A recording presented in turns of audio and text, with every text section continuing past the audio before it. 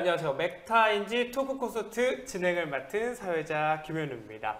자, 오늘 그 두 번째 시간인데요. 비가 이렇게 추적추적 내리고 있는 오전 시간, 여러분들 어떻게 보내고 계신가요? 1시간 반 동안 저희와 함께 비상교육 와이즈캠프와 함께 우리 아이들 방학 시간을 어떻게 하면 좋을지 많은 고민과 함께 여러분들의 이야기 나눠보도록 하겠습니다. 오늘은 비상교육 메타학습연구소에서 진행하는 두 번째 시간, 리사손 교수님에 이어서 두 번째 선생님을 만나보도록 할 텐데요. 오늘은 어떤 분과 어떤 이야기를 나누게 될지 많은 분들이 궁금해하실 것 같습니다.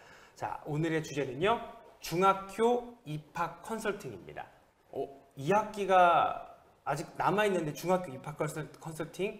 네, 맞습니다. 이게 전혀 빠른 이야기가 아니고요.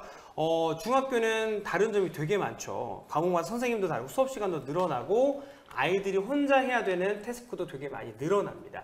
저학년 때만 해도 부모님이 어느 정도는 케어가 가능했는데 고학년 되면서 되게 많이 버거우시죠. 생각도 많이 커가는 것 같고 굉장히 지 혼자 큰 것 같고 애들이 많이 달라진 것 같고 하잖아요. 중학교 되면 더 많이 달라진다고 해요. 저도 부모님 속꽤나 썩였던 것 같은데 이럴 때 전문가의 도움을 많이 받으셔야 됩니다. 특히나 아이들이 과학이나 수학이나 이런 과목들에 대해서 하나하나 어려움을 요구하는 그런 시기가 찾아오기 때문에 이런 시기를 찾아왔을 때 슬기롭게 헤쳐나가시려면 부모님이 꼭 도움이 필요합니다. 그래서 초등 고학년 자녀를 둔 학부모님들의 걱정이 클 것 같아서 저희가 이 달라진 환경에 적응을 잘하고자 전문가를 모셨습니다. 중학교 입시 컨설팅뿐만 아니라 고등학교까지 이어지는 올바른 공부 습관에 관해서 이야기를 본격적으로 나눠볼 텐데요. 이거는 초등학교 고학년뿐만이 아니라 저학년 아이들한테도 해당이 될 것 같아요. 배자님께서 좋은 강의 기대하고 있습니다 이렇게 남겨주셨는데 오늘 진짜 좋은 분 모셨으니까 아마 아는 분들도 많으실 것 같습니다. 실시간 질문 답변도 아주 속 시원하게 속사포처럼 해드릴 것 같습니다. 댓글 계속 남겨주시고요. 주인공 모셔보도록 하겠습니다. 화면으로 먼저 만나볼게요.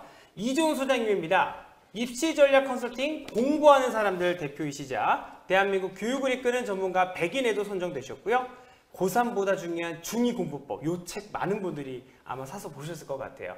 EBS 강의로도 만나보셨고요. MBC 저는 공부가 뭐니 해서 만나뵀던 것 같아요. 공부교조 프로젝트 중앙일보에서 진행까지 맡으셨던 교육 컨설팅 대표, 공부습관 코칭 전문가 지금 이 자리에 모시고 인사 나눠보도록 하겠습니다. 소장님 안녕하세요. 네, 안녕하세요. 이전입니다. 네, 초대해 주셔서 감사합니다. 네, 지금 앞에 계신 우리 시청자분들이 비 오는 날도 많이 시청해 주시고 계신데요. 시청자 여러분들 직접 한번 인사 한번 해주시면 감사하겠습니다. 네, 안녕하세요. 교육 컨설턴트 이주원입니다. 오늘 제가 여러분들께 공부 습관에 대해서 알려드릴 텐데요. 초등학교에서 중학교, 그리고 중학교에서 고등학교까지 성공할 수 있는 또 상위권을 유지할 수 있는 공부 습관에 대해서 자세하게 알려드리도록 하겠습니다. 네, 진짜 저는 또 이제 소장님 같은 경우에 뭐 대치동, 송파, 목동 여기에서 다 1세대를 거쳐내셨고 교육의 1인자로 지금 자리매김하셨잖아요. 특히나 우리 학부모님들께서는 이 지역만 들어보셔도 교육 열기가 굉장히 뜨거운 곳이기 때문에 그렇죠. 네. 많은 관심이 있으실 것 같아요. 지금 방학 8월 초잖아요. 네. 학원 방학이 끝나기도 했고 아직도 방학인 데가 있을 텐데 저는 먼저 모두에 앞서서 지금 방학을 맞은 학부모님들한테 한마디 해주신다면 어떤 이야기가 있을까요? 네, 그동안 고생 많으셨을 것 같아요. 방학 때는 항상 그 아이들과 또 학부모님들이 거의 전쟁이라고 얘기를 많이 하던데 근데 사실은 이 안에서 어떻게 보면은 개학 후에 성공할 수 있는 공부를 했던 친구들도 있을 거고 지금 아마 엄청 후회하고 있는 아이들 또는 부모님들도 계실 수도 있습니다. 하지만 지금서부터 시작이다. 그리고 다시 시작하면은 충분히 성적도 올릴 수 있고 상위권으로 올라갈 수도 있고 또 공부에 대한 흥미를 가질 수 있다라는 생각을 가지고 포기하지 말고 끝까지 유지하셨으면 좋겠습니다. 네, 잘 들으셨죠. 자, 방학이 또 다른 기회가 될 수 있습니다. 그리고 방학 같은 경우에는 많은 분들이 2학기를 준비하기도 하지만 새 학년을 준비하는 시즌이기도 하잖아요. 그래서 오늘 주제가 바로 중학교 입학 컨설팅. 자, 그럼 오늘의 주제 본격적으로 이야기 한번 나눠볼 텐데요. 저는 어렸을 때 그랬던 것 같아요. 초등학교 이제 고학년 딱 접어들면서 사춘기가 살짝 오려고 하니까 나는 어느 중학교로 갈까? 교복이 멋진 저 학교로 가고 싶은데 아니면 옆집 형을 따라서 저쪽 학교로 가고 싶은데 굉장히 그런 고민도 많이 했었던 것 같아요. 교복을 입는 것도 달라지기도 하지만 굉장히 많은 게 달라지는 게 중학생이잖아요. 사춘기를 접어들고 나서도 달라지는 것도 있고, 그래서 사실 학교를 하나를 졸업하고 새로운 환경으로 아이를 보내야 되는 부모님의 입장도 많이 떨리실 것 같고요. 못 모르고 지금 중학교를 가야 되는 그 초등학교 고학년 아이들 입장도 많이 떨릴 것 같습니다. 소장님께서 생각하시기에 준비를 많이 하고 가야 우리가 또 대비가 되니까요. 초등학교랑 중학교의 가장 큰 차이점은 어떤 게 있을까요? 여러 가지가 있는데요. 네. 뭐 아이들이 뭐 성장해서 뭐 생각도 많이 바뀌고 그리고 부모님의 간섭을 받지 않고 독립하고 싶어하는 그런 생각도 많은데, 근데 학교를 들어갔을 때 아이들이 가장 체감적으로 느끼는 게 뭐냐면 바로 수업 진행 방식이 바뀐다라는 점입니다. 예를 들어서 초등학교 때는요, 선생님 한 분이서 모든 수업을 다 진행을 하시거든요. 근데 중학교 때는 과목마다 선생님이 다른 분들이 들어오시는 거예요. 근데 다른 분들이 들어온다라는 것도 좀 이제 당황스럽기도 한데, 더 당황스러운 거는 선생님들이 과목별로 가르치다 보니까 전문성이 더 높아지고 더 어려운 내용들을 수업을 진행하신다는 거죠. 그래서 맞아요. 우리 아이들이 수업 들을 때 정말 힘들어요 라는 얘기를 학기 초에 많이 합니다. 그래서 초등학교에서 중학교로 올라갔을 때 저는 선생님이 여러 분이 계신다. 그리고 그거에 적응하는 부분에서 아이들이 좀 어려워한다라는 부분이 있는데요. 그렇기 때문에 초등학교와 달리 중학교에서는 복습을 반드시 진행해야 된다. 이런 점을 꼭 기억하셔야 될 것 같습니다. 저도 그걸 미리 알았더라면 적응하기 되게 빨랐을 것 같아요. 그러니까 아이들은 눈치를 많이 보잖아요. 그렇죠. 저도 중학교 딱 입학했을 때 초등학교 때 담임 선생님이 쭉 가르쳐 주는 거랑 다르게 선생님이 다 다르게 들어오니까 자연스럽게 적응을 해야 되잖아요. 그렇죠. 그게 조금만 더 빨랐더라면 더 빨리 적응을 할 수 있지 않았을까. 근데 그게 복습이었군요. 그렇죠. 대부분이 우리가 중학교에 적응을 한다라고 하는 거는 중학교에 맞춰서 공부를 한다라는 뜻하고 똑같거든요. 근데 여기에서 복습을 매일 꾸준하게 하느냐 아니면은 그렇지 않느냐에 따라서 우리가 중학교에 적응을 했다 또는 중학교에 아직까지 적응하지 못했다 이렇게 표현을 하고 있습니다. 그렇다면 복습도 너무 중요한 거 알았는데 이러면 이렇게 많이 달라진 환경에 대해서 아이들이 적응을 잘하려면 미리미리 어떤 것들을 준비하면 좋을까요? 지금 정혜정님 같은 경우에도 아이와 같이 듣고 있다고 기대된다고 하시는데 이런 아이들도 같이 듣고 있으니까 기왕에 우리 아이들 어떤 거를 준비하면 좋을까요? 저는 제일 중요한 것은 바로 수업을 임하는 태도라고 생각을 합니다. 그러니까 우리가 무엇을 준비하는 게 좋을까라고 하면 뭐 선행도 많이 해야 돼요. 아니면은 뭐 공부 시간을 늘려야 돼요. 이런 얘기도 되게 많이 하던데, 근데 성공적인 중학교 생활을 하는 데 있어서는 수업을 대하는 태도가 중요합니다. 우리가 초등학교 때 수업을 진행하는 경우에 선생님들이요. 일방적으로 수업하는 게 아니라 아이들과 같이 대화도 하고 또 다양한 것들을 만들어 보기도 하고 이렇기 때문에 집중력이 조금 떨어진다고 하더라도 수업을 참여하고 그리고 이해하는 데는 문제가 없었어요. 그래서 대부분의 아이들이 수업에 대한 자신감 또 수업 이해에 대한 자신감을 가지고 있는 경우가 많습니다. 근데 중학교로 올라가게 되면은 수업을 정말 집중하지 못하면 내용도 이해를 할 수가 없고 정작 집에 가서 나는 공부할 게 없는데 이렇게 생각하는 경우도 많아요. 그래서 중학교에서는 가장 중요한 것은 수업을 임하는 태도, 즉 수업을 집중할 수 있는 마음가짐을 갖는 게 가장 중요하고요. 그러기 위해서는 수업 시간에 필기하는 거, 이게 가장 중요합니다. 그리고 두 번째는 초등학교 때는 나는 이 과목이 좋아. 나는 이 과목을 좋아하기 때문에 이것만 할 거야. 이게 인정이 됐어요. 근데 중학교 같은 경우는 우리가 앞서 얘기한 것처럼 선생님들도 과목마다 다르고 난이도도 높아지기 때문에 좋아하는 과목 외에 또 다양한 과목들을 반드시 공부하는 것이 필요합니다. 그리고 우리 학부모님들이 그 초등학교 때도 그렇지만 중학교 때로 넘어갔을 때 너 뭐 했어? 숙제했어? 안 했어? 이렇게 얘기하는 것보다는 오늘 수업을 한 내용을 같이 얘기를 하면서 학교에서 어떤 일이 있었는지 또는 어떤 내용을 진행했었는지를 아이와 같이 대화를 하면서 얘기하다 보면은 아이들도 중학교에 빠르게 적응할 수 있을 겁니다. 그런 것도 바로 메타인지 학습법 중에 하나인 것 같아요. 방금 이제 소장님이 말씀하신 것 중에 제가 실천하고 있었던 게 바로 수업 시간에 잘 듣고 그걸 미루지 않는다. 그 필기를 잘 했었거든요. 그렇죠. 특히나 암기 과목 같은 경우에는 그 수업 시간 안에 선생님이 말씀해 주신 거 안에서 시험 문제가 거의 다 나왔었던 걸 기억을 해요. 그래서 그때 잘해놓고 시험 기간에 공부해야 될 내용을 줄이는 게 제일 관건이었던 것 같아요. 그러니까 저도 지금 그 연세대학교 법학과를 진학을 했었었는데 항상 보면은 평소에 잘해놓고 시험 기간 때 공부를 덜 하는 게 제일 좋은 비결이 되고요. 막상 시험 기간 때 막 닥쳐서 많은 양을 하려고 하면은 그걸 다 해낼 수 있는 친구들은 잘 없잖아요. 그렇죠. 우리가 보통 중학교 때 시험 공부할 때 벼락치기를 한다 이렇게 표현하는 경우가 많습니다. 네. 이건 뭐냐면은 평상시에는 공부하지 않다가 시험 기간에 가까워지니까 마음이 불안하니까 급하게 공부를 하게 되는 거예요. 그러면은 당연히 성적은 좋게 나올 수가 없죠. 또는 성적은 좋게 나오지만은 배운 내용을 금방 다 까먹는 상황이 발생하기 때문에 네. 이는 올바른 공부 방법이다라고 얘기할 수도 없고요. 또 중학교 때 성적이 잘 나오던데 고등학교에 입학 후에 성적이 갑자기 떨어지는 경우가 많습니다. 근데 대부분 이런 경우는 벼락치기 공부를 하는 경우가 많다 이렇게 볼 수가 있는 거죠. 근데 방금 중학교 입학 이야기를 저희가 나누고 있는데 고등학교 입학이라는 고등학교에 대한 이야기가 나왔습니다. 사실 우리가 입시라는 게 그렇잖아요. 그 중학교 이야기라면 고등학교 이야기가 나오게 되고 고등학교 이야기가 나오면 궁극적으로 대학교 얘기가 나오기 그렇죠. 마련이다 보니까 저희는 뭐 대학교가 인생의 목표가 아니고요. 뭐 취직이 인생의 목표가 아닙니다만 입시를 이렇게 잘 버텨내고 좋은 아이들의 성취도를 가지고 가는 게 학부모님의 가장 큰 목표라고 생각하기 때문에 요거의 목표를 잡고 일단 말씀을 드리도록 할게요. 고등학교 입학 전에 공부 습관을 잘 가져가는 게 중학교 공부의 또 하나의 목표가 될 것 같다는 생각이 드는데 네네. 그럼 소장님 초등학생이나 중학생이라고 하면요 일단 공부 습관을 만들고 유지해 나가는 것 자체가 좀 약간 버거울 것 같기는 하거든요. 네. 어려워할 것 같은 생각이 드는데 그렇게까지라도 해서 공부 습관을 일찍 가져야 되는 이유가 따로 있을까요?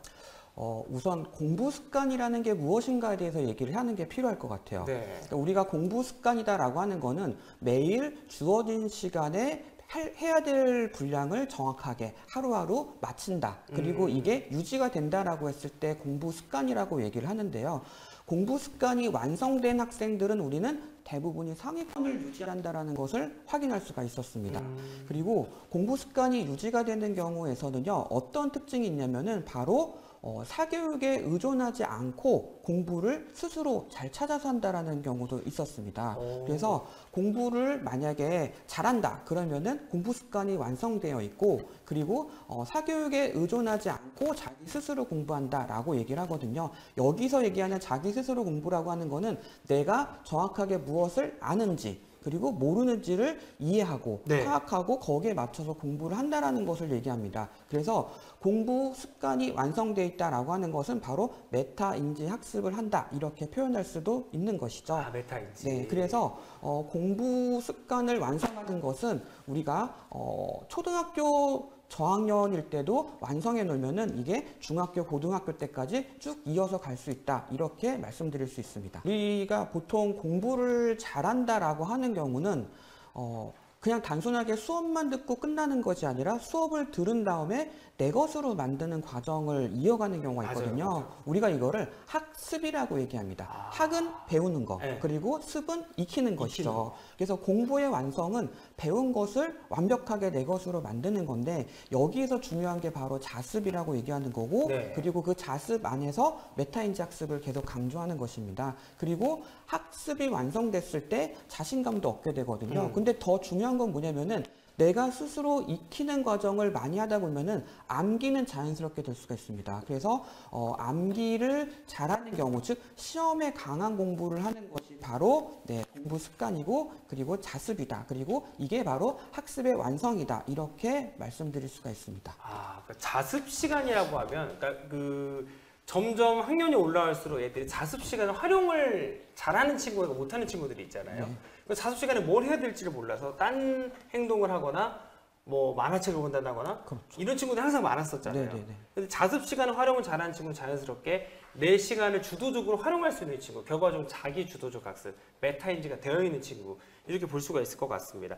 공부해야 할 어떤 걸 해야 할지 막막한 친구보다는 스스로 공부하는 습관이 형성되어 있는 친구, 이런 친구들이 당연히 성취도가 높을 수밖에 없다라는 이야기를 우리가 할 수 있을 것 같습니다. 자, 그렇다면 중학교 입학하기 전에 초등학교 고학년 때 딱 이 시점에 실천할 수 있는 학습 방법이라고 어떤 게 있을까요?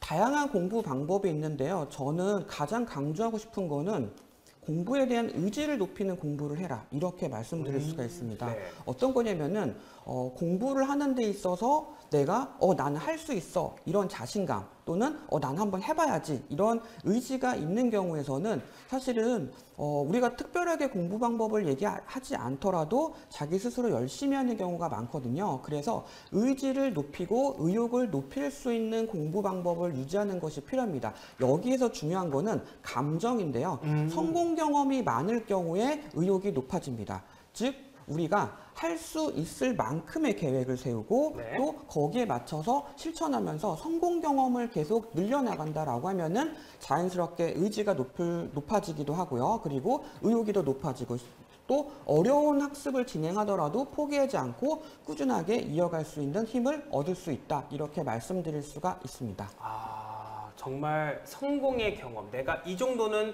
달성해 봤어. 그런 식으로 1, 2주 동안 진행을 해본 다음에 내가 공부 계획을 더 이어나가는 거. 이게 되게 중요한 것 같다는 생각이 드네요. 제가 떠올려 보니까 공부를 딱 하려고 마음을 먹는 것 자체가 애들이 되게 힘들어한다는 생각이 많이 들어요. 네. 혼자 마음 먹기가 그렇게 쉽지가 않을긴 할 겁니다. 그러면 아이가 공부에 흥미와 열정을 가질 수 있도록 하는 방법은 또 따로 있을까요? 학습 방법 말고 마음적으로도.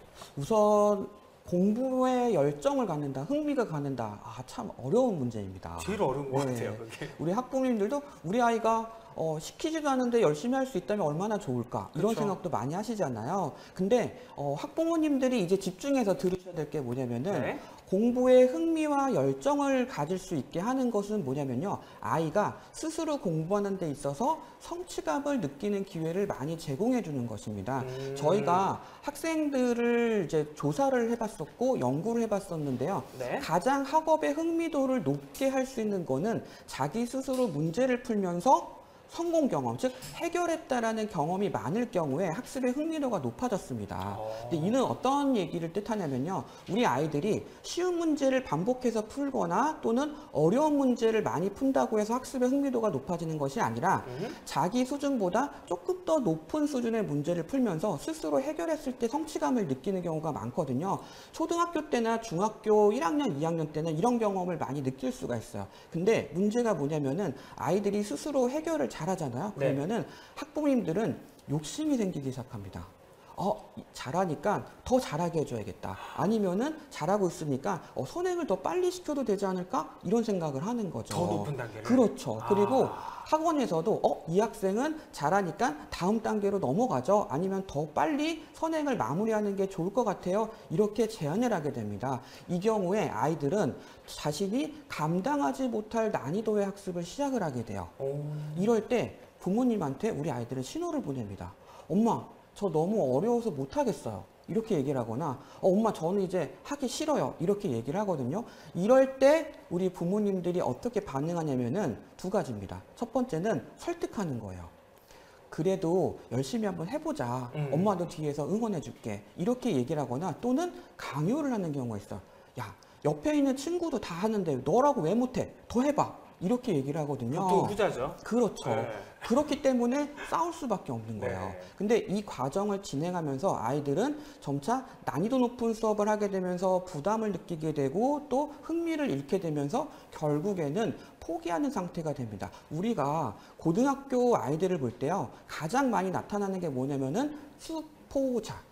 네, 수학을 맞아요, 포기한 맞아요. 학생들이 많은데 바로 이런 이유 때문입니다. 중학교 때는 1학년 때까지만 하더라도 수학을 할 수 있었거든요. 근데 선행을 빨리 나가고 난이도 높은 수업을 하다 보니까 감당하지 못하는 거예요. 그리고 그 안에서 포기하기 시작하고 그래서 결국은 수학을 포기하는 경우가 많이 나타나는데 학업의 흥미를 유지하는 경우는 자기 수준에 맞춰서 하는 게 중요한 거지 더 많은 거, 더 어려운 걸 하는 경우는 오히려 역효과가 날 수 있다. 네, 이렇게 알고 계시는 게 중요합니다.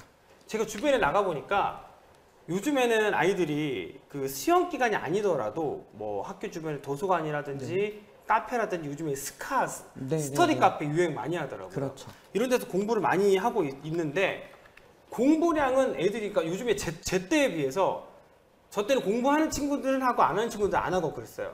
근데 요즘 아이들을 보면 거의 다 공부량은 비슷비슷한 것 같거든요. 네. 다들 많이 해요. 와 진짜 열심히들 하는구나 생각은 드는데 그런데도 분명 상위권과 중위권, 하위권 나눠지거든요. 그런 이게 나뉘는 이유는 대체 어떤 것 때문에 그럴까요? 네, 저희 연구소에서 그 중학교, 고등학교, 상위권, 중위권, 하위권에 대해서 연구하고 조사해 본 적이 있습니다. 자, 여기 중요한 얘기 나갑니다. 자, 처음에 저희가 생각했을 때는 상위권은 우선 첫 번째, 자는 시간이 중위권이나 하위권보다 더 적을 것이다. 그리고 중위권과 하위권은 잠을 많이 잘 것이다. 이렇게 생각을 하는 게 하나가 있었고요. 또 하나는 상위권 학생들은 중위권, 하위권보다 학원을 더 많이 다닐 것이다. 이렇게 생각하고 조사를 해봤는데 조사해보니까 상위권, 중위권, 하위권 모두가 자는 시간이 비슷한 거예요. 그리고 학원 다니는 시간도 거의 차이가 없었습니다. 그래서 그럼 과연 어떤 부분에서 차이가 날까 해서 조사를 해봤더니 바로 자습 시간. 네, 자습 시간에서 큰 차이가 발생을 했습니다. 상위권인 학생들 같은 경우에서는 자습 시간을 어떻게 활용하냐면요.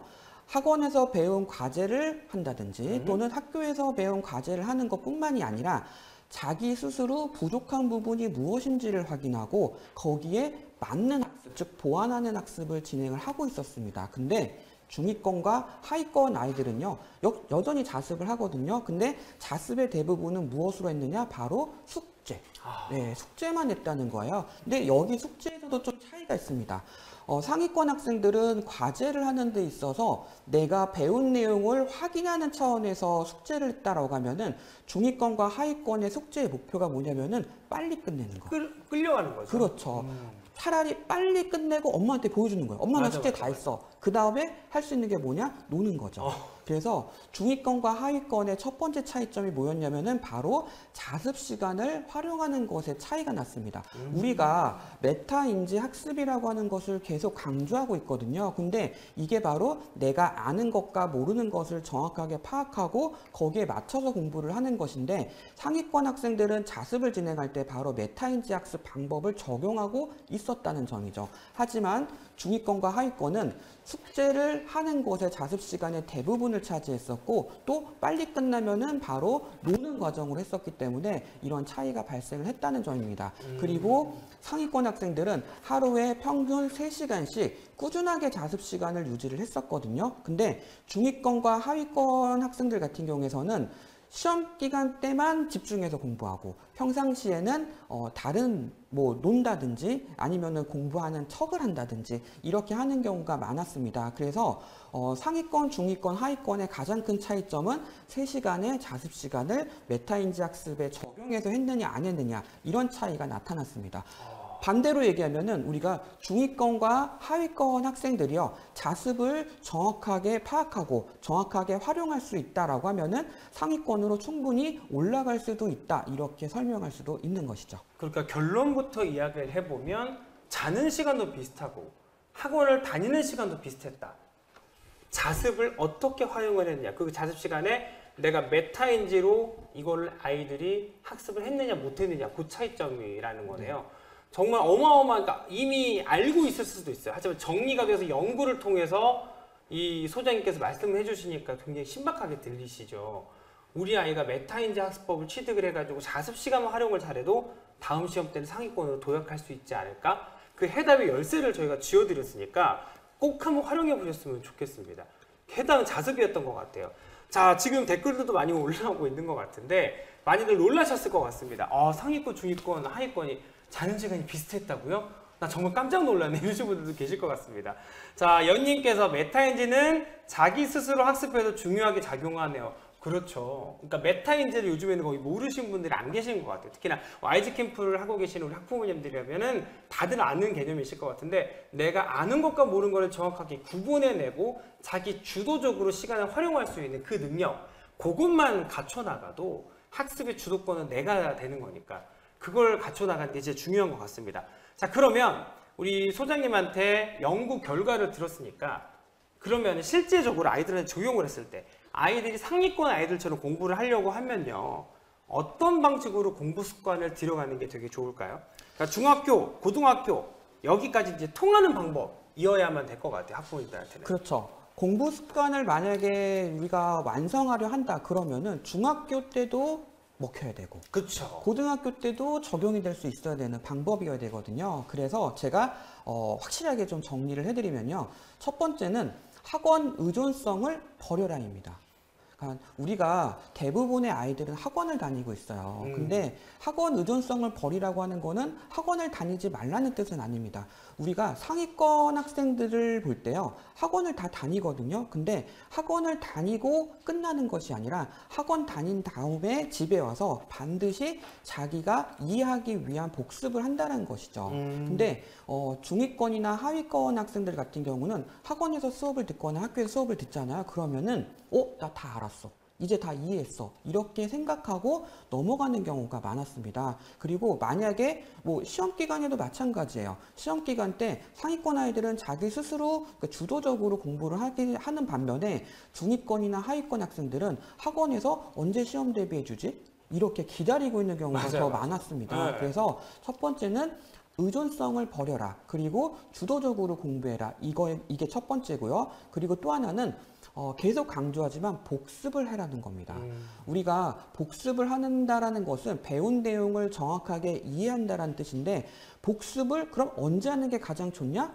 배운 다음에 바로 하는 게 낫겠죠. 그쵸. 그래야지 제일 많은 거를 기억하고 또 암기하기도 편합니다. 그래서 당일 복습을 하는 거 이게 제일 중요하다라고 볼 수가 있습니다. 우리가 배우고 나서 뭐 그날 생각할 때는 나 다 이해했어 이렇게 생각을 하거든요. 근데 3일만 지나면 다 까먹어요. 그래서 우리가 당일 복습을 해라. 이게 두 번째고요. 세 번째는 뭐냐면은 아까 말씀드렸죠. 상위권 학생들은요. 3시간의 공부 시간을 즉 자습 시간을 유지하고 있는 것입니다. 그래서 처음서부터 뭐 바로 하루에 3시간씩 자습 시간을 확보할 수는 없습니다. 하지만 처음에는 1시간 그 다음에 2시간, 3시간씩 충분히 늘려가는 방식으로 공부 습관을 만들고 우리가 자습을 진행한다라고 하면은 그럼 성공적인 공부 방법을 그리고 중학교, 고등학교 때도 적용할 수 있는 공부 방법을 완성할 수가 있을 것입니다. 소장님께서 말씀해 주셨지만 내가 자습 시간을 잘 확보를 조금만 더 했었다면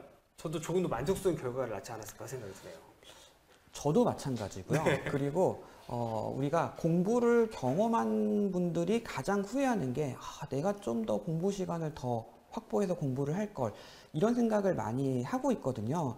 근데 우리가 지금 중학교, 고등학교 아이들을 봤을 때 하고 싶은 게 너무 많은 경우가 많습니다. 네. 그래서 아까 말씀하신 것처럼 당일 복습을 해야 된다라는 생각은 누구나 다 하고 있어요. 하지만 예를 들어서 학원이 너무 늦게 끝났어요. 그래서 집에 왔더니 내가 복습을 하고 싶은데 너무 피곤해. 그래서 자는 경우도 있고요. 그리고 아까 또 말씀하신 것처럼 내가 복습해야지 라고 마음 먹고 있는데 부모님이 야 우리 외식할까? 이렇게 해가지고 나가서 이제 밥을 먹고 오거나 또는 갑자기 친구가 야 나 심각한 고민이 있어 들어줘. 들어줘야죠. 그렇죠. 네. 그러다 보면은 원래 계획했던 복습을 당일 복습을 못 할 수도 있어요. 네. 근데 우리가 이럴 때 나는 오늘 망했어 이렇게 생각하는 것보다 차라리 오늘 못한 부분을 다음에 즉 주말에 하는 경우도 분명히 존재한다는 거죠. 그러니까 공부 습관이 완성되고 그리고 상위권 학생들을 보면은 당일날 계획했던 부분이 제대로 지켜지지 않았을 경우에서는 항상 대안을 갖고 있습니다. 맞아요. 주말에 할 수 있는 시간을 확보한다든지 아니면은 그 다음날 빨리 끝나면은 그 다음에 어제 못했던 것들을 보완해 나가는 경우도 있거든요. 그래서 공부 습관을 만드는 것도 중요하고 그리고 공부 계획을 실천하는 것도 중요하지만은 저는 더 중요한 거는 지키지 못했을 때 어떻게 대응할 수 있느냐 그리고 지키지 못했을 때 어떻게 하겠다라는 것도 계획을 세운다라고 하면은 분명히 성공적인 학습을 유지할 수 있다 이렇게 말씀드릴 수가 있습니다. 맞습니다. 진짜 정말 중요한 얘기인 게 진짜 그렇게 변수가 생길 수 있지만 이미 우리 아이한테 다 계획이 있구나. 그러니까 부모님 물어보잖아요. 갑자기 엄마 친구가 밥 먹자고 하는데 너 나갈 수 있어? 근데 엄마 잠깐만요. 갈 수 있을 것 같아요. 주말에 하면 돼요. 이미 메타인지가 되어 있기 때문에 주말에 하면 되겠다라고 이미 계획이 수정이 된 거잖아요. 그런 아이들 같은 경우는 내 학습에 대해서도 계획을 수정을 하지만 앞으로 자기 인생을 살아나감에 있어서도 얼마나 계획 수정을 잘할까요? 그런 식으로 이미 주도적으로 학습을 가져가는 친구들이기 때문에 걱정을 안 하셔도 된다는 거죠. 저도 막 그렇게 생각을 하고 살았던 것 같거든요. 혹시 그럼 초등학교, 중학교 때 좀 더 집중해서 이제 과목 이야기 들어가 볼게요. 네. 아이들이 이제 과목 편식을 하는 경우들이 많은 것 같은데 집중해서 해야 되는 과목이 따로 있을까요? 우리가 그 주요 과목이라는 말을 하거든요. 그렇죠, 주요 과목. 초등학교 때, 주요 과목 그러면은 영수를 얘기해요. 그리고 초등학교 때요? 네. 그리고 중학교 때 주요 과목을 얘기할 때는 국영수를 얘기합니다. 네. 그리고 고등학교로 넘어가면은 국영수 사 또는 국영수 과학. 네, 이렇게 얘기를 하죠. 이 말이 무슨 얘기냐면은 주요 과목은 집중해서 공부한다라고 우리가 설명할 수가 있는데 초등학교 때랑 중학교 때 집중해야 되면은 주요 과목은 어떻게 하죠? 학원을 다니게 됩니다. 그러면은 학원을 다니다 보면은 그 학원에서 하는 수업을 집중적으로 할 수밖에 없어요. 그러면은 영수를 주요 과목이라고 얘기하는 거는 영수만 하면 된다라고 생각하는 경우가 많습니다. 근데 이는 중학교로 올라갔을 때는 모든 과목을 다 해야 되거든요. 왜냐하면 시험을 보니까. 네. 그래서 주요 과목만 하는 것을 좀 벗어나는 게 필요합니다. 근데 우리가 학원을 다니는 수업 같은 경우는, 과목 같은 경우는 학원에서도 공부하고 학교에서도 공부를 하죠. 그쵸? 근데 기타 과목, 우리가 나머지 과목들 같은 경우는 학원을 다니지 않는 상황이기 때문에 스스로 공부하는 과정이 반드시 선행돼야 됩니다. 자, 어떻게 공부하냐면요. 우선은 학원에서 공부하는 거야 어느 정도 이해가 되기 때문에 수업을 참여하더라도 학교 수업은 다 이해가 돼요. 근데 학원을 다니지 않는 과목은 그 과목이 시작하기 전날에 5분에서 10분 정도 간단하게 내용이 어떤 건지를 확인하는 거예요. 그러면은 수업을 들을 때 훨씬 더 집중할 수가 있습니다. 그리고 수업을 들을 때 필기를 해놓으면은 내가 집에 와서 그 과목을 무엇을 복습해야 되고 무엇을 이해해야 되는지에 대한 방법과 그리고 방향이 잡히게 된다는 거죠. 그래서 학원을 다니지 않는 과목 같은 경우는 학교 수업을 중심으로 예습과 복습 계획을 세워서 진행을 하는 것이 필요합니다. 네. 결론적으로 얘기하면은 중학교 때는 특정 과목만 공부하는 것이 아니라 다양한 과목들을 다 공부해야 된다. 이렇게 설명드릴 수밖에 없을 것 같습니다. 아, 그렇구나. 그러면 꾸준하게 공부를 해서 습관을 가져나가는 게 중요하다는 생각을 너무나 많이 드셨을 것 같은데요. 이렇게 공부 습관을 갖춰서 나가는데 과연 얼마나 시간이 걸릴까요, 아이들이? 저희가 그 실험을 해봤어요. 또 실험 여기 잘 들으세요. 과연 공부 습관을 얼마나 해야지, 그러니까 공부를 얼마나 해야지 습관이 완성될까 이런 것들을 저희가 실험도 해봤는데 결론이란 게 뭐냐면은 3주. 3주요? 네, 3주였습니다. 자, 이게 어떤 뜻이냐면요. 우리 아이가 동일한 방식으로 공부를 3주간 유지를 할 수 있다면은 공부 습관이 완성이 되고요. 4주 이상을 유지했을 경우에서는 공부의 의지나 의욕이 꺾였을 때도 공부 습관을 유지할 수 있는 단계가 될 수 있다라고 말씀드릴 수가 있습니다. 그래서 우리가 3주 정도를 꾸준하게 유지하면 습관이 만들어지는데 문제가 뭐냐면 중간에 실패를 하는 친구들이 많아요. 그러니까 하다가 아까 말씀하신 것처럼 친구들하고 놀거나 그러면은 계획한 거를 실천하지 못하는 경우가 많은데 모든 학생들은 다 실패를 경험하게 됩니다. 그리고 공부 습관을 완성한 친구들도 결국은 실패를 극복하는 과정이 있었기 때문에 완성할 수가 있었던 거예요. 그래서 3주간 뭐 유지하지 못했다, 실패, 끝 이렇게 생각하는 것이 아니라 실패하더라도 실패도 과정의 일부라는 생각을 가지고 꾸준하게 다시 도전하고 그리고 반복한다면은 누구나 공부 습관은 완성될 수가 있을 것입니다. 그러니까 3주의 완성이라는 시간이 되게 필요하다는 거네요. 저는 그 우리가 흔히 성공을 하려면 1만 시간의 법칙이라고 하잖아요. 요거에 대비했을 때 3주만 완성될 때까지 잘 다져주면은 공부 습관이 완성된다. 이런 공식만 딱 기억을 하시고 어머님이 아이를 지켜봐 주시고 아이가 스스로 3주 딱 4주까지만 만들어내면은 요대로 쭉 끌고 가면 되겠구나 그 생각이 들지 않으십니까? 그냥 요 시간을 우리 소장님 말씀 믿고 한번 실천해 보시면 되게 좋을 것 같다는 생각이 딱 듭니다. 저는 문득 든 게 찐커피님이 우리 둘이에게 꼭 필요한 말씀을 하시네요. 이 말씀 하시는데요. 되게 공감 가는 이야기 많이 해주시는 것 같아요. 자, 그러면 여러분들 공부를 계획적으로 아주 꾸준하게 이어져 나가는 것도 중요하잖아요. 이 와중에 중요한 건 또 공부하는 환경일 것 같습니다. 자, 그럼 소장님께 또 하나 여쭙고 싶은 게 아이들마다 공부가 잘 되는 환경이 다른 것 같아요. 어떤 친구는 집안에 제대로 된 책상을 만들어 놓고 공부하는 환경, 집안에 요즘에 독서실 책상 같은 것도 하나 딱 만들어 놓고 하는 환경. 저 같은 경우에는 시험 기간에는 그때는 조그마한 칸막이 독서실을 하나씩 그 월권 빌려서 막 가곤 했었거든요. 어떤 친구는 도서관을 선호하기도 하고 어떤 친구는 저는 카페에서 공부하는 것도 좋아하긴 합니다. 공부하는 환경이 되게 중요한 것 같은데 네네. 어떤 식으로 만들어주는 게 중요할까요? 우리가 학생들의 학습 성향을 이제 분석을 해보면은 네. 크게 나뉘면 두 가지로 나눌 수가 있습니다. 하나는 개방형인 공간에서 공부가 잘 되는 친구가 있고요. 또 하나는 폐쇄적인 환경에서 공부가 잘 되는 친구들이 있습니다. 가끔 이 두 가지를 적절하게 상황에 따라서 변화를 줘야 되는 학생들도 있거든요. 네. 근데 크게 나뉘면은 개방형이냐 또는 폐쇄형이냐 이렇게 나눌 수가 있습니다. 근데 이거는 유전이 아니에요. 그러니까 우리 부모님 입장에서는 나는 갇혀있는 공간에서 막혀있는 공간에서 공부가 잘 됐다라고 생각을 하는데 우리 아이는 자꾸 카페에 가서 공부를 하려고 한다거나 아니면은 사람들이 많이 모여있는 곳에서 공부하기를 원하는 경우도 있거든요. 이럴 경우는 부모님은 폐쇄형이었지만은 아이는 개방형이었다는 거죠. 그래서 가장 중요한 거는 아이가 처음에는 개방형에서도 공부를 해보고 그리고 폐쇄형에서도 공부를 해봐야 됩니다. 막혀있는 공간에서도 공부를 해보고 개방적인 곳에서도 공부를 했을 때 자신이 가장 집중이 잘 되는 곳이 어딘지를 확인해 보는 게 필요한 거죠. 그리고 거기에 맞춰서 공부하는 게 저는 무엇보다 중요하다고 생각을 합니다. 그러니까 저도 사실은 저는 되게 폐쇄형이었어요. 그러니까 갇혀있는 공간이나 막혀있는 공간에서 공부하는 거를 되게 좋아했었는데 처음에는 저도 친구들한테 야 너는 어떻게 공부하니? 라고 해서 저는 야 막혀있는 공간에서 아무도 없이 조용할 때 공부하는 게 제일 좋아 이렇게 얘기를 했는데 사실은 다른 친구들은 개방형에서 공부하는 거를 더 좋아했을 수도 있다라는 거죠. 그래서 저는 다 다릅니다. 그래서 자기가 어느 공간에서 공부가 잘 되는지를 확인하고 그거에 맞춰서 준비하는 게 중요하죠. 맞습니다. 애기백등님은 지금 듣다가 공부법 나오는 순간 방에서 공부하는 아이에게 폰 주고 나왔어요. 엄마가 말해주는 것보다 직접 조언을 듣는 게 좋을 듯해서 이런 식으로 함께 해주시는 방법 되게 좋은 것 같습니다. 자, 그러면 우리가 이제 궁극적으로 가져가야 될 거는 이 지속적으로 공부하는 방법을 유지해 나가는 겁니다. 그래서 공부 계획을 이제는 세워봐야 될 텐데요.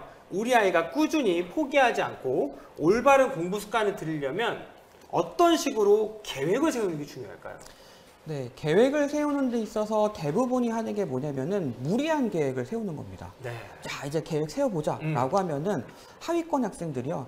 상위권 학생들이 공부하는 분량보다 더 많은 분량을 계획을 세워요. 방대하게. 그렇죠. 근데 이럴 경우에는 실패 확률 100%. 아하. 네, 100% 실패하는 계획을 세웁니다. 이러면은 나는 안 돼. 이렇게 포기하는 경우가 많거든요. 네. 제일 중요한 것은 바로 내가 할 수 있는 분량으로 처음에 시작을 하는 겁니다. 처음에는 계획을 세울 때 한 과목만 계획을 세우셔야 돼요. 또는 30분 또는 1시간 정도의 계획을 세우고 일주일 동안 진행을 해보는 것입니다. 그리고 일주일 동안 진행을 해보면은 자신이 어떤 문제점이 있는지를 확인하게 될 거예요. 그러면은 그 문제점을 그 다음에는 또 보완해 나가는 거죠. 잘 됐다라고 하면은 한 과목을 더 늘린다든지 30분을 1시간 또는 1시간을 2시간으로 늘려가는 방식으로 이렇게 공부 습관을 만드는 부분이 필요합니다. 그리고 아까도 말씀드렸지만은 공부 계획을 세워서 실천하는 경우에서는 중간에 실패할 확률이 반드시 들어옵니다. 실패하기 때문에 다시 자신의 문제점을 파악하고 거기에 맞춰서 보완하는 방식으로 하면은 누구나 다 성공할 수 있는 공부 습관을 완성시킬 수 있을 것입니다. 너무 중요한 이야기 해주셨습니다. 일단은 방대한 계획을 세우지 말고 내가 할 수 있는 30분에서 1시간이라도 제대로 할 수 있는 공부 계획. 그러니까 항상 우리가 그랬잖아요. 단기, 중기, 장기 계획을 세워라. 그렇죠. 네, 하는 것처럼 체계적인 계획. 근데 메타인지가 되어 있는 아이들이라면 이것까지도 스스로 잘 계획하고 수정해 나가는 것까지 가능할 것 같습니다. 2부에서는요. 저희가 사전 홈페이지를 통해서 받은 질문들을 소장님께서 직접 답해주는 중등 입시 Q&A를 진행해 보려고 합니다. 이어서 2부 진행해 보도록 하겠습니다. 저희 소장님께서 YG 캠프에 올려주신 질문들 답변을 해주실 텐데요. 굉장히 많은 질문들이 올라왔어요. 먼저 첫 번째 질문 진행해 보도록 하겠습니다.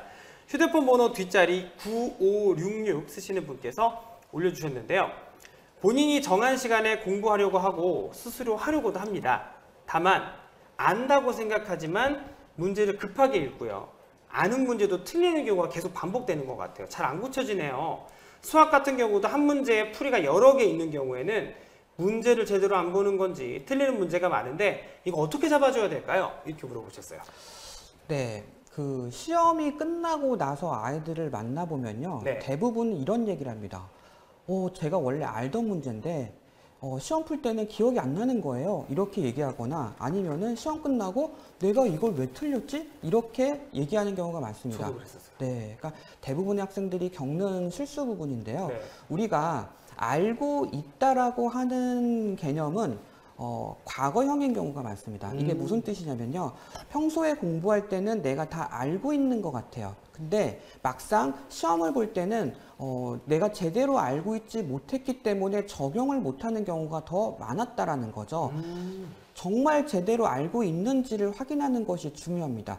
100점을 맞거나 상위권인 친구들은요. 반복학습을 통해서 완벽하게 이해하려고 하거든요. 근데 중위권이나 하위권 학생들 같은 경우는 내용을 한번 읽어보고 이해했다라고 생각하면 넘어가는 경우가 많습니다. 이럴 경우에는 시험을 볼 때 내가 알고 있던 내용도 틀리는 경우가 많습니다. 그래서 반복학습을 통해서 내가 알고 있다라고 생각하는 것도 반드시 반복을 해라. 이게 이제 첫 번째고요. 두 번째는 문제를 잘못 읽는 경우도 많습니다. 어떤 친구들 같은 경우는 옳지 않은 것을 골라라라고 했는데 옳은 것을 고른다든지 맞아요. 네, 이런 경우가 많은데 문제를 빠르게 읽기 때문에 그런 문제가 발생을 하는 거거든요. 그래서 이걸 해결할 수 있는 방법은 바로 또 손을 쓰는 것입니다. 어떻게 하냐면은 문제를 읽을 때 눈으로만 읽지 말고요. 손이 따라가는 겁니다. 펜으로 이렇게 줄을 그면서 옳지 않은 것을 고르시오. 그럼 대부분이 다 아는 것에 밑줄이 쳐져 있어요. 그러면은 그 부분을 펜으로 동그라미를 치면서 확인하고 이제 읽으면은 문제를 잘못 읽는 실수도 없어질 것입니다. 그래서 내용을 정확하게 이해하는 것 그리고 손을 이용해서 체크를 하면서 읽는다라고 하면은 아는 것도 실수하는 경우를 줄일 수가 있을 것입니다. 근데 생각보다 그게 아까 선생님이 말씀하신 것처럼 마음이 급해지면 현실 감각에서는 안 될 때가 되게 많아요. 그래서 그런 습관들도 미리 문제풀이 습관, 그러니까 그것도 메타인지 되어 있는 친구들이 그 교정을 다 하더라고요, 보면. 그렇죠. 대부분의 그 아이들 같은 경우에서는 실수를 그냥 실수했다라고 생각하고 넘어가는 경우가 많아요. 그러니까요. 근데 오히려 상위권 학생들 같은 경우는 실수도 실력이라고 생각하고 보완하기 위한 과정을 했기 때문에 상위권을 유지할 수가 있는 것입니다. 그래서 한 번 실수한 거를 그냥 다음에는 안 하겠지라고 넘어가는 게 아니라 그 문제점을 내가 어떻게 보완할까를 그렇죠. 생각하고 적용해 보는 게 중요하죠. 맞습니다. 자, 너무나 중요한 시간이었던 것 같아요. 일단 제대로 아는지 반복 숙달. 두 번째는 실수를 줄이기 위해서 손으로 계속 필기해서 체크하는 거. 아는인지 옳은인지 요거 하나만으로도 아이들이 몇 문제는 더 맞출 수 있을 것 같습니다. 바로 다음 시험에 상위권으로 도약할 수 있기를 기원합니다. 자, 그 다음에는요, 두 번째 질문 넘어가 볼게요. 2161 쓰시는 분께서 질문 주셨는데요. 초등학교 3학년, 매일 공부해야 할 목록의 우선순위를 어떻게 정해야 될까요? 3학년 10살 정도 되겠네요. 교과서, 예습복습, 영어, 수학 연산, 한자, 악기, 미술활동, 운동, 일기쓰기, 독서 등등등 매일 규칙적으로 스스로 학습하는 습관을 심어주고 싶은데 이 수많은 목록 중에서 무엇이 가장 기본이 될까요? 마치 제가 밀린 숙제 쌓아둔 느낌입니다. 모두 날마다 할 수 없으니 공부 습관에서 우선순위를 어떤 기준으로 정해야 할지 궁금합니다. 3학년 부모신데 지금 잠깐만요. 교과서, 예습복습, 영어, 수학 연산, 한자, 악기, 미술활동, 운동, 일기쓰기, 독서 이걸 우선순위를 정해달라고 합니다. 저는 이 질문을 받고 나서요. 한 10분 동안 멍하게 있었던 것 같아요. 저도 지금 읽으면서 여기에서 어떻게 우선순위를 정하는 게 필요할까? 나는 이 생각보다는 이걸 어떻게 다 하지? 저도 그 생각이 들었어요. 이런 생각을 했거든요. 네.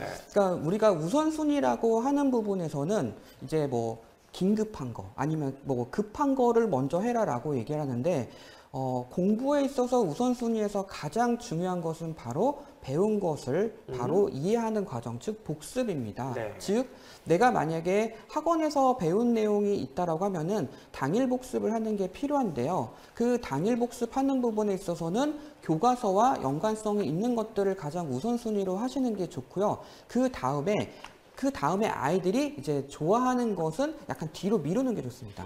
그러니까 아이들이 좋아하는 것을 먼저 하잖아요. 그러면은 그거 다 하다 보면은 나중에 하기 싫은 거를 안 하거나 한 것처럼 얘기합니다. 그래서 중요한 거는 3학년 같은 경우는 공부 습관을 만들어가는 과정이기 때문에 네. 가장 우선순위로 생각하는 것은 당일 복습. 그러니까 그 과목에 대해서 학교에서 배운 내용이나 또는 학원에서 배운 영어라든지 또는 수학을 배운다라고 하면은 당일 복습을 먼저 하게 시켜주시고요. 네. 그리고 대신에 너무 많은 시간을 복습에만 하게 만들면은 아이들이 지치거나 귀찮아해요. 그래서 정해진 시간을 이제 해놓고 그 안에 복습을 할 수 있게 하고 그 다음에 아이들이 좋아하는 과목을 하게 만든다라고 하면은 오히려 공부 시간이 더 유지되거나 늘어날 수가 있습니다.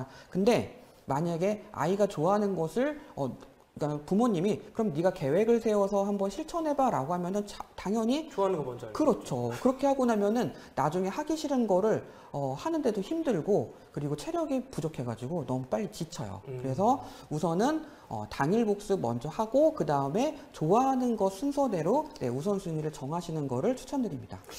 자, 그 다음 질문 넘어가 보도록 하겠습니다. 1330 쓰시는 분께서 질문 주셨는데요. 초등 고학년 자기주도 학습 방법 질문 주셨습니다.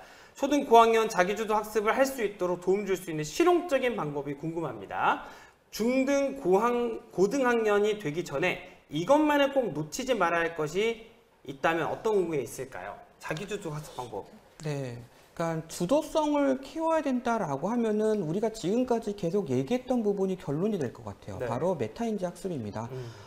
내가 아는 것과 모르는 것을 구별할 수 있어야 되고 그 구별하는 걸로 끝나는 것이 아니라 네. 그러면은 모르는 것을 스스로 보완하는 과정을 해야 되거든요. 그렇죠. 근데 대부분의 아이들이 학원에서 공부하거나 또는 학교에서 공부를 하고 나서 과제를 끝나고 나면은 사실은 공부가 다 끝났다고 생각하는 경우가 많습니다. 근데 제가 중학교, 고등학교 올라가는 학생들을 이제 조사를 해보거나 분석을 했을 때 네. 가장 핵심적인 부분은 스스로 공부하는 부분에 있어서 바로 내가 이런 부분이 부족하다라는 것을 보완할 수 있는 능력을 갖췄을 때 그때 가장 효과적인 공부를 할 수 있었고 그리고 결과가 가장 좋았습니다. 그래서 가장 저는 중요하게 얘기하는 게 바로 공부 습관을 만드는 부분에서 내가 모르는 것을 복습하는 또 모르는 것을 보완하는 시간을 반드시 확보하고 그게 30분이 돼도 좋고 1시간이 돼도 좋습니다. 그 시간을 확보하는 거 저는 이게 가장 중요한 것 같고요.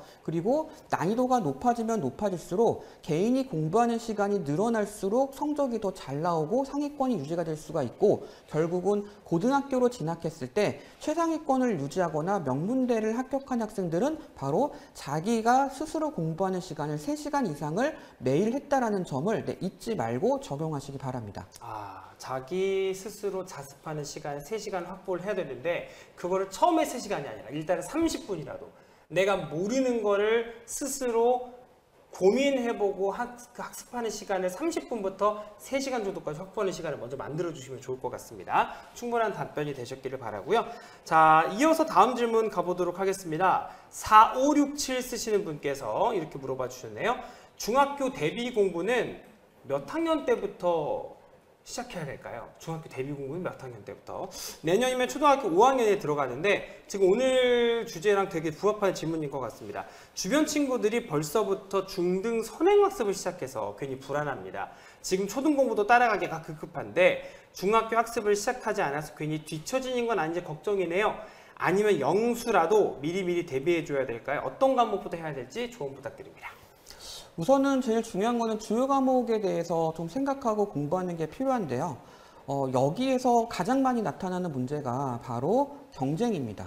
주변의 아이들이 여기까지 나갔으니까 우리 아이도 거기까지는 따라가야 된다. 아니면은 더 해야 된다. 이렇게 생각하는 경우가 많은데 중학교 대비를 한다라고 하는 거는요.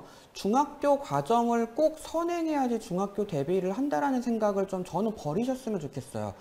저희가 아까 얘기했을 때 아이가 학습에 흥미를 유지하는 게 바로 스스로 해결할 수 있는 정도의 난이도로 한다라는 부분이었죠. 그리고 또 그 부분에서 더 어렵게, 더 빨리 계속 속도를 더 이제 빠르게 간다거나 난이도를 높이는 경우에서는 아이들이 감당하지 못할 난이도가 왔을 때는 좌절을 하게 되고 포기를 하게 되고 그리고 공부에 대한 흥미를 잃는 경우가 많습니다.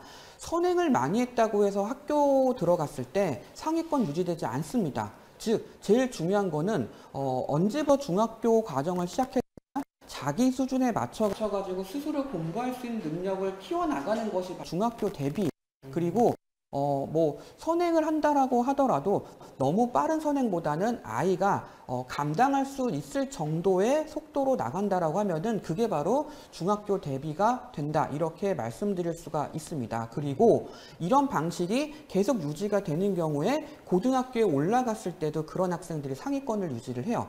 1년 선행, 2년 선행을 빨리 나갔다고 해가지고 앞서 나가는 것이 아니라 오히려 내 수준에 맞게 천천히 자세하게 그리고 확실하게 이해하면서 공부를 한다라고 하면은 그게 바로 중학교 대비 학습이다라고 저는 말씀드리고 싶습니다. 지나치게 경쟁을 의식할 필요도 없고요. 아이가 굳이 선행하지 않더라도 그 부분을 확실하게 알고 나가는 게 되게 중요하다는 생각이 듭니다. 그런데 또 부모님 입장에서 영수를 안 할 수도 없기 때문에 소장님 말씀하신 대로 적당한 계획을 세워서 실천해 보시는 게 되게 좋을 것 같습니다. 자, 미리 올라왔던 질문에 대한 답변을 조금 드려봤고요. 이어서 저희가 실시간 댓글로 올라온 질문 답변 받아보는 시간을 가져보도록 하겠습니다. 연희의 장난감 생활이라는 아이디 쓰신 분께서 아이가 영어학원 커리큘럼 중 한 부분을 싫어해서 학원 가기를 싫어해요. 이럴 땐 학원을 끊는 게 좋을까요? 잘 달래서 다니게 할까요? 특정 과목의 어떤 학원 그리고 한 커리큘럼 이런 부분은 어떻게 하면 좋을까요, 소장님? 굉장히 많이 이제 얘기하는 사례입니다. 네. 그러니까 아이가 영어 학원을 다니는 부분에서 그러니까 영어 학원은 사실은 이제 커리큘럼이 다양하게 존재를 하고 있거든요. 뭐 예를 들어서 말하기는 좋은데 뭐 문법을 하기 싫어한다든지 또는 독해하기를 싫어한다든지 이런 경우가 자주 발생을 하는데요. 근데 이런 학생들이 학원을 끊거나 다른 학원을 갔다고 해서 뭐 공부에 대한 의지가 높아진다라든지 또는 더 효율성이 높아진다라든지 그렇지는 않았습니다. 그래서 제일 좋은 것은 달래서 유지하는 게 가장 좋기는 한데요. 문제가 뭐냐면은 아이가 그 부분을 그 커리큘럼을 싫어하는 원인이 무엇인지를 파악하는 게 좋습니다. 그렇겠죠. 제가 아이랑 얘기했을 때 대부분의 아이가 얘기했던 거는요. 선생님이 싫은 경우가 많았어요. 커리큘럼이 싫은 게 아니라 그렇죠. 선생님이구나. 네, 너무 딱딱하게 가르친다든지 또는 너무 강압적으로 가르친다든지 너무 과제가 많아서 그거를 감당하기 어렵다라든지 이런 경우가 더 많았거든요. 그래서 뭐 고등학교나 중학교 같은 경우에서는 커리큘럼에 변화가 있는 부분 학원을 이제 바꾸는 것도 중요하지만은 초등학교나 또는 중학교 1학년 같은 경우에서는 바꾸기보다는 문제점이 무엇인지를 정확하게 확인하는 게 필요하고요. 그 문제점을 학원과 같이 상담하는 게 저는 가장 좋다고 생각을 합니다. 만약에 선생님이 어렵게 가르치거나 강압적으로 한다라고 하면은 그 부분을 학원에 있는 담당 선생님하고 얘기하면서 방법을 찾아나가는 게 필요하고요. 그리고 그 학원에서 우리 아이가 지금 어떤 부분에 문제가 있고 어려워하는지를 알아야지 그 학원에서도 대응을 할 수가 있거든요. 그렇죠. 근데 만약에 그런 거를 학원 측에 얘기하지 않고 그냥 계속 기다리다가 학원을 끊잖아요. 그러면 그 문제가 다른 학원을 가서도 똑같은 문제가 발생을 합니다. 그래서 첫 번째로 해야 될 거는 아이랑 같이 얘기하면서 그 커리큘럼이 왜 싫은지를 먼저 확인해보고 두 번째는 그 문제를 학원 측하고 얘기해가지고 담당 선생님이나 아니면 상담실장님하고 같이 얘기를 해보면서 그 문제를 해결하는 데 있어서 어떤 방법이 필요할지 또는 어떤 방법을 적용할 수 있는지를 얘기를 하고요. 부모님과 또 학원 측이 조금 더 아이에 대해서 관심을 가지고 지켜보는 것이 저는 중요하다고 생각을 합니다. 그러니까 학원이 그런 부분이 마음에 안 들면 그 부분을 고치면 되는 거지 아이 입장에서는 그러니까 어리다 보니까 학원을 또 통으로 바꾸게 되면 또 적응하는 과정이 또 필요하겠네요. 네네. 그 부분이 더 나을 것 같습니다. 만약에 선생님이 아니라 커리큘럼, 예를 들어서 뭐 영어에 뭐 말하기, 쓰기, 듣기 뭐 이런 영역 중에 한 영역이 아이가 어려워한다 그러면은 그 영역에 대해서 보완하는 뭐, 그러니까 선생님 말씀하신 대로 원인을 먼저 찾아보시는 게 일단 중요할 것 같네요. 그리고 학원과 충분하게 소통을 먼저 해보시는 거를 권해드리도록 하겠습니다. 자, 두 번째 질문 답변 들어가 보도록 할게요. 몽실몽실님께서 이렇게 질문 주셨네요. 중학교 입학 후 수행평가. 수행평가. 수행평가가 생기고 나서부터는 모든 과정이 다 평가다, 이렇게 어머님들이 받아들이신 분들이 되게 많으시더라고요. 어떻게 대비해야 될까요? 초등식의 논술학원을 다니는 대신 집에서 책을 읽고 독후감을 쓰는 정도로 수행평가 대비가 될까요? 라고 물어보셨는데, 수행평가, 이것도 조금 이야기를 많이 나눠봐야 될 문제인 것 같습니다. 네, 많은 학부모님들이 수행평가에 대한 부담감과 그리고 경험하지 못했기 때문에 압박감을 많이 가지시는 경우가 많아요. 근데 중학교에서 수행평가라고 하는 거는 저는 두 가지라고 생각을 합니다. 하나는 간단한 테스트, 네, 이해했는지를 물어보는 방식으로 수행평가가 진행되는 게 있고요. 또 하나는 이제 발표가 됩니다. 고등학교 같은 경우는 수행은 이제 보고서라고 하는 부분이 들어가긴 하는데, 중학교 때 같은 경우에서는 대부분이 발표를 하거나 아니면은 친구들끼리 뭐 파워포인트를 이용해 가지고 자료를 만들어 가지고 그거를 가지고 이제 토론하는 경우가 많은데, 여기에서 많이 이제 어떻게 대비를 해야 될까요? 라고 질문을 하시는데요. 저는 뭐 책을 많이 읽고 독후감을 쓰는 거 물론 좋습니다. 그렇게 하면은 저는 수행평가 대비가 충분히 된다고 생각을 하고요. 더 중요한 것은 무엇이냐면요. 꼭 글을 읽고 책을 읽고 독후감을 쓰는 것뿐만이 아니라 그냥 자기의 생각을 자유롭게 글을 쓰는 것도 수행평가에서 가장 중요한 부분인 것 같고요. 또 자기의 생각을 얘기를 해보는 과정을 하는 것도 중요합니다. 근데 논술학원을 가면은 뭐 책을 읽고 발표를 하고 이렇게 얘기를 많이 하는데, 사실은 그 역할을 부모님이 해주실 수도 있어요. 물론 부모님이 직장을 다니셔서 아이랑 얘기하기가 어렵다 이렇게 말씀하시는 분들도 계시는데, 잠깐이라도 아이랑 대화를 하면서 아이가 자기 생각을 얘기할 수 있게 만든다, 그런 환경을 만들어 주신다면은 저는 충분히 수행평가가 될 수 있다고 생각을 합니다. 그리고 또 한 가지는 적극성인데요. 아이들이 자기가 만약에 적극성을 가지고 있으면은 발표하는 데 있어서도 자신감 있게 하고요. 그리고 자기가 먼저 이렇게 나서서 하는 경우가 있는데, 적극성이 떨어지는 학생들 같은 경우는 눈치 보면서 이제 안 하거나 아니면은 자신감이 떨어진 상태에서 소극적으로 말을 하는 경우가 있습니다. 그래서 좀 평소에 학생들이 좀 자신감을 갖게 만들어주는 기회를 주시는 것도 저는 좋다고 생각을 합니다. 맞아. 선생님이 말씀하신 것처럼 그건 것 같아요. 그냥 아이가 충분하게 자기 생각을 표현할 수 있게끔 하고, 그거 자체가 수행 대비는 충분하지 않을까 하는 생각이 듭니다. 자, 다음 질문 답변 드리도록 하겠습니다. 이주인님께서 이렇게 물어보셨네요. 노력한 만큼 성과가 나오지 않았을 때 아이가 많이 힘들어하는데 어떻게 해주는 게 좋을까요? 요거는 좀 공통적인 이야기일 것 같아요. 네. 네. 보통 노력을 했을 때 성과가 안 나오면요, 진짜 노력을 했는지에 대한 의심을 많이 하게 돼요. 그렇죠. 네, 그러니까 단순하게 책상에만 계속 앉아만 있었던 건 아닐까? 이런 의심을 하게 돼서 부모님은 감시를 하게 됩니다.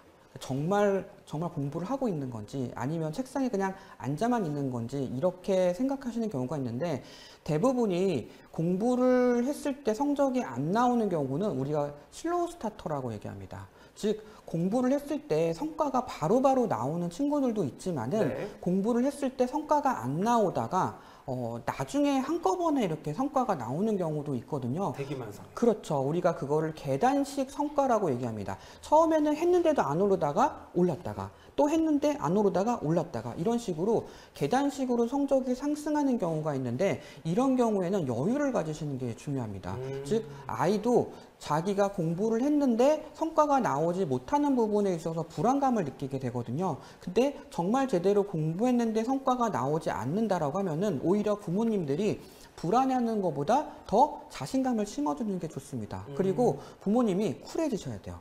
괜찮아. 지금 이렇게만 하면은 나중에는 분명히 성적이 상승할 수가 있어. 이렇게 얘기를 하시는 게 필요합니다. 오히려 부모님이 불안해 하시잖아요. 그럼 아이는 더 불안해요. 그리고 결국은 어떻게 되냐면은, 내가 머리가 안 좋은가 보다. 또는 야, 우리 아이는 머리가 나빠서 공부를 해도 안 되나 보다 이런 식으로 생각을 하게 됩니다. 그렇기 때문에 부모님 입장에서는 지금 열심히 공부하는데 성적이 나오지 않는다라는 점은요, 나중에 다 성적이 상승합니다. 그리고 결국에는 꾸준하게 노력한 것들은 보상을 받게 되어 있어요.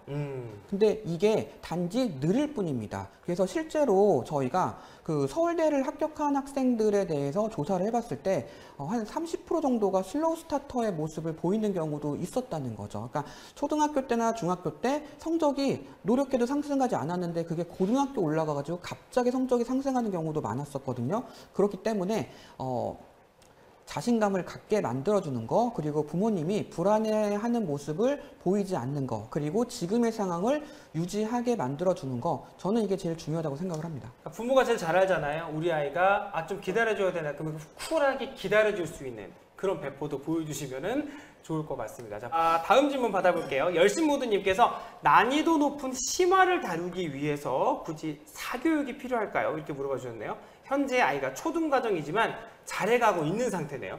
근데 이 과정에서 굳이 난이도 높은 심화 과정이 필요할까요?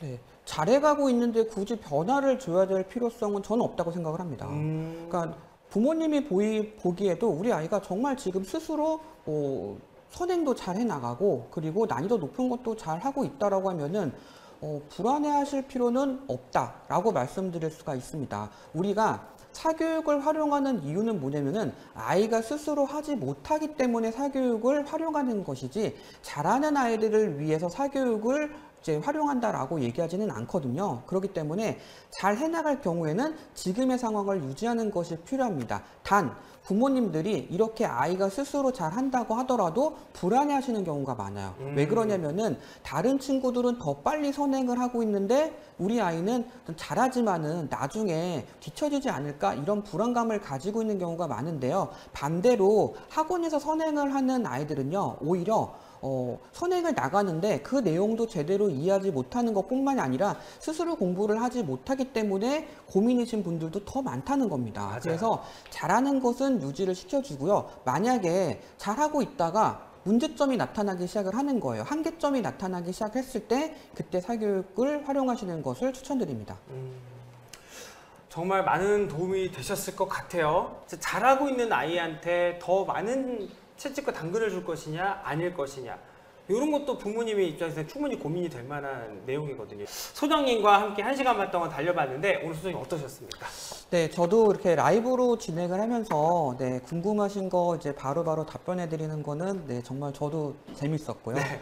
그리고 우리 학부모님들께 제가 마지막으로 좀 당부하고 싶은 게 있습니다. 그 아이가 열심히 공부를 하고 또 공부를 잘하기를 원하신다라고 하면요, 부모님이 가지고 있는 욕심을 좀 버리시는 게 중요합니다. 아이 스스로 최선을 다할 수 있는 기회를 만들어주는 게 필요한 거지, 주변의 아이들보다 우리 아이가 더 잘하게 만드는 것은 오히려 아이들의 입장에서는 포기를 하게 만드는 환경이다라고 말씀드릴 수가 있거든요. 그래서 아이와 같이 대화를 하면서 아이 수준에 맞는 공부를 유지한다라고 하면은 분명히 상위권으로 올라갈 수 있는 기회를 만드실 수가 있을 것입니다. 네, 조급해하지 마시고요. 욕심 조금만 내려놓고 우리 아이를 기다려주는 부모님이 되어주시면 좋을 것 같습니다. 오늘 수고해주신 이주호 소장님과 함께 인사드리겠습니다. 여러분 안녕히 계세요.